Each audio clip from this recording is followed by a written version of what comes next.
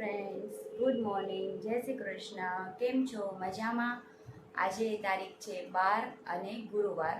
તો આજે બિંદુના ઓપરેશનને 1 મહિનો પૂરો થયો છે અને હવે ડૉક્ટરે થોડુંક એને ફ્રેશ થવા માટે આંટો મારવાની છૂટ આપી છે. તો આજે એને લઈને મંદિરે જઈશું. ઘરની બાજુમાં જે વડલેશ્વર મંદિર છે ત્યાં. તો ચાલો, હું રેડી થઈ ગઈ છું, એને પણ રેડી કરી દઉં અને પછી એને લઈને મંદિરે જઈએ.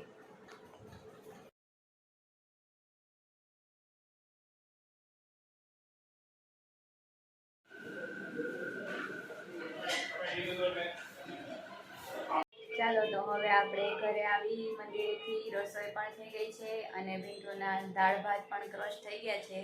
તો હવે એને જમવાનું આપી દઈએ. ચાલો, તો હવે બિંદુએ જમી લીધું છે અને મેં પણ જમી લીધું છે અને અહીંયા પાછળ પિન્ટુ થાય છે રેડી. જાતે જાતે આજે તો રેડી થાય છે.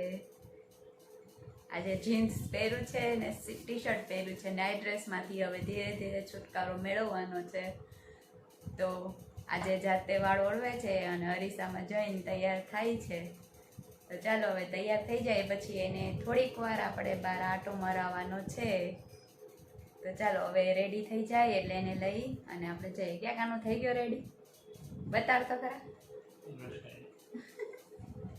ચાલો, તો ચાલો, થઈ ગયો છે રેડી અને ગોગલ્સ પહેરી લીધા છે ને હવે શોપ પર 15 મિનિટ આંટો મારવાનો છે ને પછી પાછું આવવાનું છે ઘરે. તો ઘરેથી નીકળી ગયા છીએ. મારી પાછળ ગાડો બેઠો છે. પહેલા મને ન હલાવવા દે, તો હવે મરે છે મારી પાછળ બેસવું પડે. તો જઈએ છીએ શોપ પર. અમે પહોંચી ગયા છીએ શોપ પર અને શેઠ જો અહીંયા બેસીને હિસાબ કિતાબ જોવા માંડ્યા છે અને બાપુ બેઠા છે શાંતિથી. બાપુને આજથી રોજા ચાલુ થયા. બાપુ મજામાં છો ને?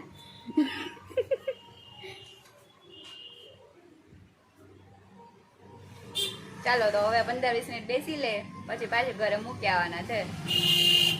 શોપ પરથી ઘરે જઈ ફ્રેશ થઈ અને જાઉં છું ડીમાર્ટ વસ્તુ લેવા માટે. તો ચાલો ડીમાર્ટ જઈને જોઈએ શું લઉં છું એ. જો આપણે ભક્તિધામ પહોંચી ગયા છીએ. હવે 2 મિનિટમાં ડીમાર્ટ પહોંચી જશું. દેખાય છે અહીં જો. ચાલો, હવે ડીમાર્ટ પહોંચી ગઈ છું. તો ગ્રોસરી ને એવું બધું લેવાનું છે એ લઈ લઈએ.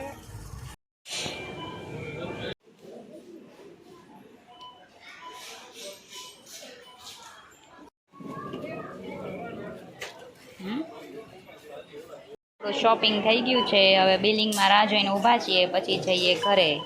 શોપિંગ થઈ ગયું છે. ગાડીમાં બધું સંભાળી દઈએ. હવે જઈએ ડીમાર્ટથી ઘરે. આપણું શોપિંગ પતી ગયું છે અને બધું સામાન પણ ગાડીમાં ગોઠવી દીધું છે. તો ચાલો હવે જઈએ ફટાફટ ઘરે. પિન્ટુ રાહ જોતો હશે, એના માટે જમવાનું બનાવવાનું છે. તો ચાલો હવે ઘરે જઈ પિન્ટુ શું કરે છે એ જોઈએ. જુઓ, ચાંદો પણ મસ્ત ખીલી ગયો છે. આજે મસ્ત ચાંદો દેખાય છે.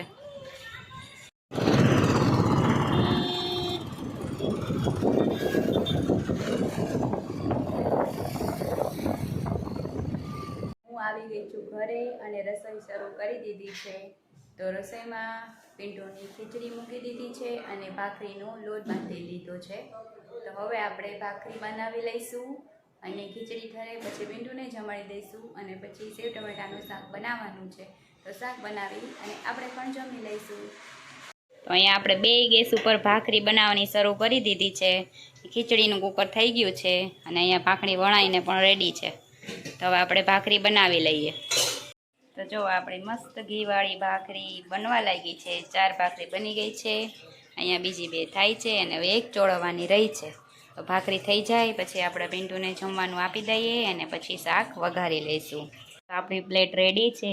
ભાખરી, સેવ ટમેટાનું શાક, ખીચડી અને કાચી કેરી અને પાણી. તો ચાલો બાપાને થાળ ધરી દઈએ પછી જમી લઉં.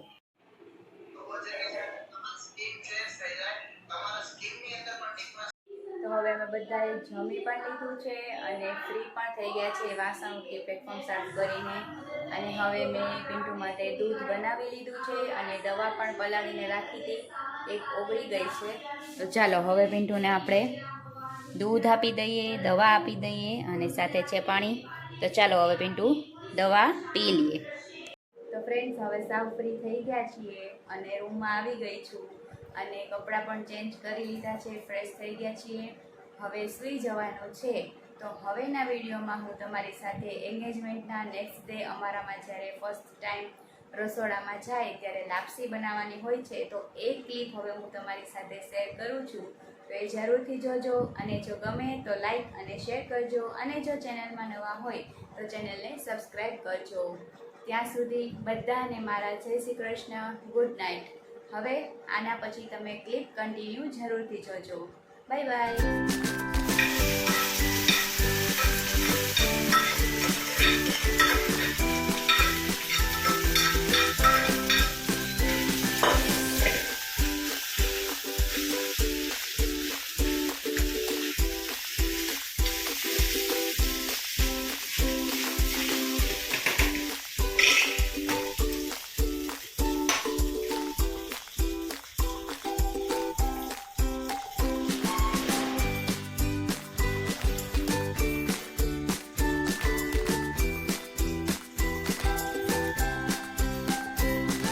$800 ગ્રામ ખાંડ જોઈએ.